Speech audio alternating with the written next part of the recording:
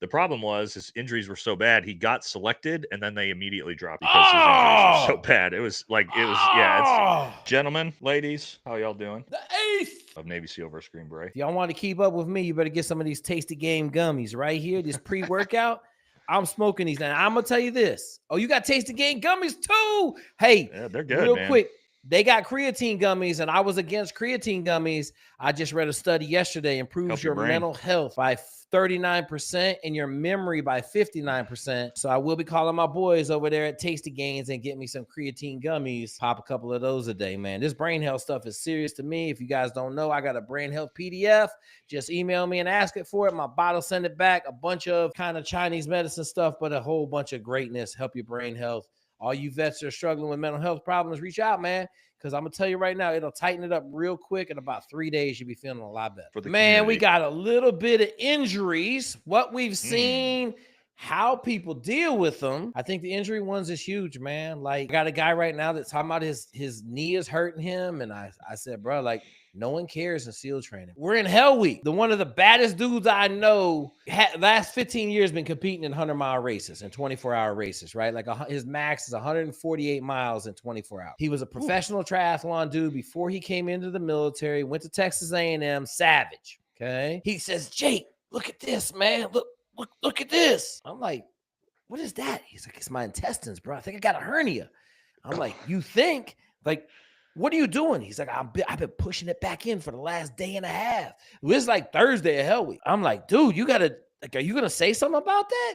He's like, no, I'm doing fine. And when I mean, like, he had a bulge in his stomach like this, like a solid, like his intestines were coming out of his stomach into the skin lining, and he pushed it back in for 3 days and then secured Hell Week. Yeah, raise his hand. Hey, I got a problem. They're like, when did you do this? He's like, Tuesday. They're like, yep. But see, in the SEAL teams, they're like, yep, that's how you do it. Okay, yep, no problem. He went, got surgery, missed the class, came back 218, was good to go. But like, I mean, it was a joke. Like, I'd run up to him and be like, hey man, how's your stomach doing? He'd be like, little bit shirt, be sticking out. He's like, hell, let me put it back in there. Boop, put it back in. I mean, I've had that exact same surgery, inguinal hernia surgery. I also have a hernia above my belly button now. Those are pretty common. Haven't got that one fixed. If it's not painful, I guess you don't need it fixed. I don't know how true that is, but that's what the doctors told me. The most common, I would say that it's, if we talk about like training, SFAS, SFQC, buds, I think probably injuries have got to be the leading cause of guys getting dropped over quitting, over just failing, over anything. I saw so many, whether it be, especially with us, because you got that heavy ass rucksack on and you're doing stuff at night. And so breaking feet, breaking ankles. I broke my foot and my tibia, in left foot, right tibia, doing that exact thing. Sticks in the eye, super common one out there at land navigation. So let's talk about it, Nate. Oof. Nate, hang on. Let's talk about it. Okay, so you broke your ankle. Did you slow down? Broke my foot on a 12-mile ruck march. Okay, I was 3 miles into it, and it was pissing rain this day, summer in North Carolina. We're running downhill, of course, on pavement, and we're running along the like the dirt side of the road because it's an actual paved road that people are going to and from work on. And as I'm running downhill, I step in a puddle, what looks like a puddle because there's puddles everywhere. Turns out it was like a 1.5 foot deep pothole. So I'm running downhill, and that impact as I went down in that pothole with that rucksack on broke the third metatarsal in my left foot. And did I slow down? No, I completed the entire 12-mile ruck march in time to pass the ruck march. I was kind of fine until I took my boot off. And I took my boot off and my foot exploded and it was black. Realized, and I had to obviously wait till the next class. Broke my tibia the exact same way, running with a rucksack on. Actually tore my meniscus exact same way, running downhill with a rucksack on. So 3 different injuries, all from you slap a 55-pound rucksack on your back, you start running, and you step in something, bad news, you're going to get hurt. So when you broke the big bone, right, the tibia, did that slow you down? So I did that on... It didn't stop me from finishing that run, but that one was really bad. I got home got back home, and then I don't know, took a nap or something, went to sleep. When I woke up the morning, went to step out of bed, and I couldn't walk at all. It was so bad. So I want to make sure that we talk about this, Nate, because you're talking about, I broke my leg, I finished the ruck, I broke my foot, I finished the ruck.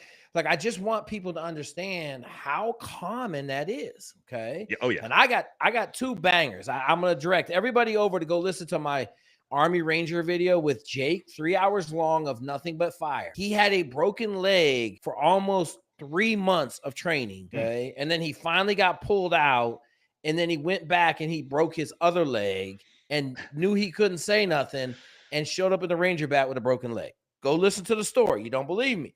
This is not uncommon in our communities. Okay. I got another super winner, ended up at Dam Neck. Good dude, man, my boy. And early on, I thought he was like a fake tough guy, right? Like he was always like a tough guy, but he had a law degree. So I'm like, bro, this don't add up. You ain't no tough guy. So he did something to his ankle. He broke his ankle and he was limping all the time, right? I say, hey, man, you need to go to medical. Every day I'd ask him, you need to go to medical. I apologize to him. Hey, Brant, I'll say your name, Feldman. I apologize to you, bro. Every day I was just like, man, this fake tough guy right here, man. So I'd be like, hey, Brant, you need to go to medical, bro. He's like, no, I'm good. I'll be fine. Like he's running 4-mile timed runs with a club foot, passing. Yeah, okay. Yeah. Everywhere we go, he looked like he had a peg leg. Okay. And that went on for like 6 months. The end of, I think it happened right after Hell Week or right before Hell Week. And he peg-legged it out for the next 6 weeks, 7 weeks, and it slowly started to go away. And then hell, by the end of training, it was fine. But when he got the x-rays, that shit was broke. Yeah. So SFAS, broken feet, I think is now tons of guys finish. One of the dudes I went through my selection class with that got selected, Sergeant Foster, I believe his name was, had 2 broken feet. Both his feet were broken, like full on in casts after he got out of selection. The problem was his injuries were so bad, he got selected and then they immediately dropped because his injuries were so bad. It was like, it was messed up to do, but I mean, it is what it is. But yeah, so hang selection, on. Are you saying that they dropped him because they didn't think he'd be able to continue as a Green Beret? Because or they it would take too long for him to recover. So he had to go back through AFAS to get back. I don't know. Pipeline. Yeah, I don't know if he did or not, but so the way it worked when I went through, man, if you were injured, if you couldn't recover in like probably 60 to 90 days, they just kicked you out. Gotcha.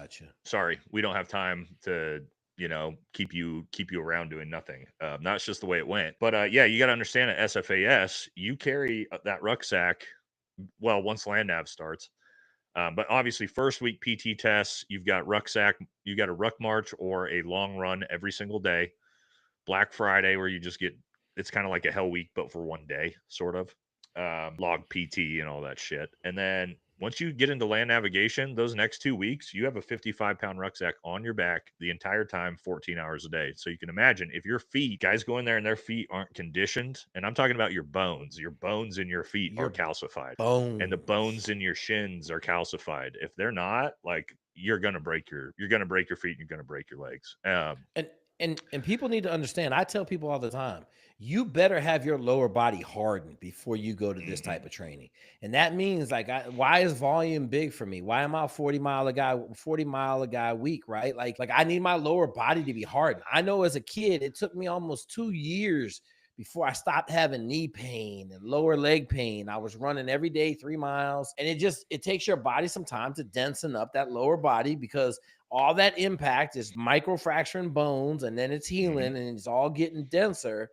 But, we see a ton of stress fractures in SEAL training, a ton of them. And it's the same kind of deal, right? We're running a ton, and the guys come in with them baby soft feet and baby soft lower legs, and we're not doing half as much as you are, right? Like we're in the pool probably 30-40% of the time. And we're talking about common injuries that guys push through and won on. Okay. Yeah. We're not talking about my dude Caldron who got thrown out of a boat, flew 70 yards like a lawn dart and buried half his chest, buried this much of his head was in the sand berm, and his whole back was broke. He still graduated. Shout out to my dude Lugo. Lugo's running a 4-mile time run, demo pit. I just talked to my dude yesterday. He was there with me. We were rocking, trying to finish this run up. I ran down in 14 minutes. I got to run back in. I had like 16 minutes to get back 2 miles. I thought I was doing good. And then it's soft sand. Demo pit road's a real bad run. and I hit the demon, and the demon jumped on my back and ripped my lungs out of my body. And I got to the finish line. I ran like a 30. I needed a 32 minute. I ran like a 33:15. But as I'm running, this dude ran by me like jerking. And then he started leaning and he was running sideways. And then he just ran smack dab into the ground. And the instructors were like, oh my God. And they ran over there. His eyes rolled back in his head. Yeah. They grabbed all of us. We just finished 4 mile time run and heart attacks. And we drug him, and they had this big ass bin of ice, and we threw him in the bin of ice, and they put the thermometer in his mouth, and that motherfucker said 105.3. And then it said 105.6. Then it said 105. I said, oh my, they're like, I don't remember. They were yelling. They pointed at me, pack his balls, pack his balls. I'm like, he had no clothes on. Grabbed his junk, pulled his junk up, packed all this ice in his junk, like in between his legs. They were like, get his armpits. Like, dude, there was like 5 of us working on him, man. And then I remember, like, he was totally covered in ice. This was all you saw when his eyes rolled back in his head and started seeing it. Got to 106, 106.1, and then it started coming back down. And then they were like, all right, get out of here. And I was like, well, damn, we don't get to see what happens. And they're like, get out of here. I'm like, all right, we left. I got my fail. Obviously, I went to the beach, got beat, but he was taking thermogens. So back in the day, they had these pills called thermogens. They raise your body temperature to let you run fast as shit.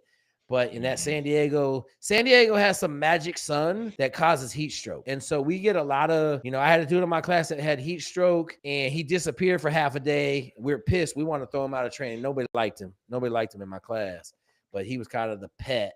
And they brought him back later on that day. He had avoided heat stroke for the 3rd time because they were going to kick him out of training. That's a good one I didn't even think about, because when we talk about the Q course, it's in Fort Bragg, North Carolina. And if you have been in the Southeast in the summer, in August, guess what? Training don't stop. It just starts earlier. So your ruck march starts at 4 a.m., even though it's 87 degrees and 110% humidity out that time. If you're not conditioned to that, which you have to get conditioned to that, the big problem for that is guys that come from Alaska, come from some of these other places, and they fly straight and start the Q course in the summer. Woo! Did I tell you the story about my teammate that got rhabdo on a run and ended up drop kicking an EMT in the chest out of a ambulance? You told me that story. Yeah. That's another one. I've had heat stroke twice. I've had heat stroke twice now, bro. Both times I turned into the fucking devil. So I got heat stroke in Cuba playing basketball in the middle of the sun. Hadn't eaten in 2 days because we didn't have no money and all the ATMs were empty on money. This is 1992. I passed out, was running around with the ball like football. I'm a pirate. Arr! All the midshipmen, like I was playing with some dude, man, ended up in the hospital. And then the last time I was running, trying to lose weight to do good on the PST, I tried to lose like 20 pounds. I was working out like 7 hours a day. Tuesday morning, the monster hit me on an easy 5 mile run. And I woke up like 6 hours later in the hospital. And they were like, yo, you was tripping. I'm like, yeah, that's what happened. So I did a lot of heat acclimation on purpose. So I would run outside on my own. I did a lot of PT on my own outside of the PT just because I wanted to be a top 10% guy. That was it is what it is. And so I would, during the summers, after a training day, this is when we weren't out at Camp McCall, right? We're just waiting for training and doing PT. I would always go out at the hottest part of the day, usually 4 or 5 p.m. and I would just do runs, 2, 3, 4 or 5 mile runs every other day, and not a fast pace, right? But just literally to acclimate dealing with that heat. Even then, I don't remember what phase we were in. We were later in the course. It was an August day. We were doing a 5 mile run test. And there's what's called the tank trail out at Fort Bragg, which is all sand. And so how that is, running a 5 miler in sand, in the heat. Horrible. The problem every run we do in Buds is in the sand, Nate. Yeah. 12 mile, 9 mile, 15 mile. Every run we do, there ain't a single run at Buds that's not in the sand. Until you get to the island and you got to run the airport. You got to run. Well, not for us, right? So for us, it's we're not used to it. But the way this is set up is the first mile and a half is through sand, and then you hit a hardball road. But this hardball road is downhill like this for a mile, right? Okay. So when you're on the first 2.5 miles, and the turnaround point's at the bottom of this hill at the 2.5 mile mark, dude, that first 2.5, you were flying, dude, running downhill, running down that steep grade. You're doing like 5-minute miles down that hill, right? Ooh. But it's And like you got a 90 ruck plus. on, right? Ruck or not? No. This was just a regular 5-mile run test. Okay. But anyway, it's like 90 degrees out. We started way too late, and I remember turning around and coming back up that hill in that weather. I got to the top of that hill. I thought I was gonna die, and I was pretty. I was never the number one guy, but I was usually in top 15% of runners. And I remember how bad I was hurting. And I ended up finishing pretty ahead of time, like a 37-minute 5-mile, but that was super slow for me at the time. Okay. And so I just start watching guys coming in behind me, or some of the little bit slower runners who are doing, usually doing a 35, 36, and they're busting time, dude. It's like 41 minutes, 43 minutes, 45 minutes. And like the last 10 dudes, and before that, I get to that. When I finish, dude, I thought it was the only time where I felt like it was actually a heat casualty. I had, like, I was just dumping water on myself. I could not get cool. Felt like I was gonna pass out. You know that feeling. And then I'm watching all these guys come across the finish line and just like unconscious as soon as somehow, like, guys can like manage to like get to that point, and as soon as they stop, they're just unconscious. Just cadre freaking out, screaming. There's coolers everywhere. The blankets are coming out, and there's just each dude that comes across is just. We ended up having like 10 or 15 heat casualties. And I remember I've been like sitting on the ground the whole time watching this for 10 minutes now. And I remember when they're like released us, I go to stand up, and both of my calves, from my Achilles all the way up to like my hamstrings, I couldn't walk without all of them cramping all the way tight. And so I'm like waddling half a mile back to my car. I ended up sitting like next to the tire of my car, and some random lady like saw me and came over and gave me a Gatorade. But dude, I probably should. I probably was legitimate a heat casualty, but everybody was that day. And that was just kind of like, all right, hope you were in good enough shape to deal with like this 5-mile in a 90-degree weather, like in 110% humidity. Because if you're not, you're going down or you're going to fail. And if the guys who didn't pass, they didn't give a shit. It was like, you didn't pass, so you get to make it up. And if you fail again, you're out of the course. It's just like, so for us, I think it's interesting because we have the 58-degree water right there. And that's like, so first four mile time run, I show up from October, rainy, dreary Virginia Beach, right? I step into San Diego, first time run, like 95 degrees. I get heat stroke. I'm like a quarter mile from the finish line. I run a 38-minute 5-mile, 38:50 4-mile. I fail, and the instructors were like, God, they're yelling at me. I made a right turn, ran into the ocean. I was out there for like 30 minutes, wouldn't come in. They were like, get out here. I'm like, yeah, I'm good, bro. I sat out there until I cooled down because I knew that would have been my third heat stroke. And I was just like, man, that was my first day, like day 2. First run, bad. But yeah, I think heat stroke, heat casualties. I tell all my guys that are going out to SOAS. SOAS happens in June, July, and August in San Diego, which is a SEAL officer selection. I send them all out there 2 weeks early. Unless they live in Arizona, New Mexico, or Texas, I send them out there 2 weeks early. They all bitch about it. And then the first thing they say is like, oh my God, I went for a run today. Like I had some kids from Iowa and I had a kid from Maine, and they were like, oh my God. I'm like, yeah,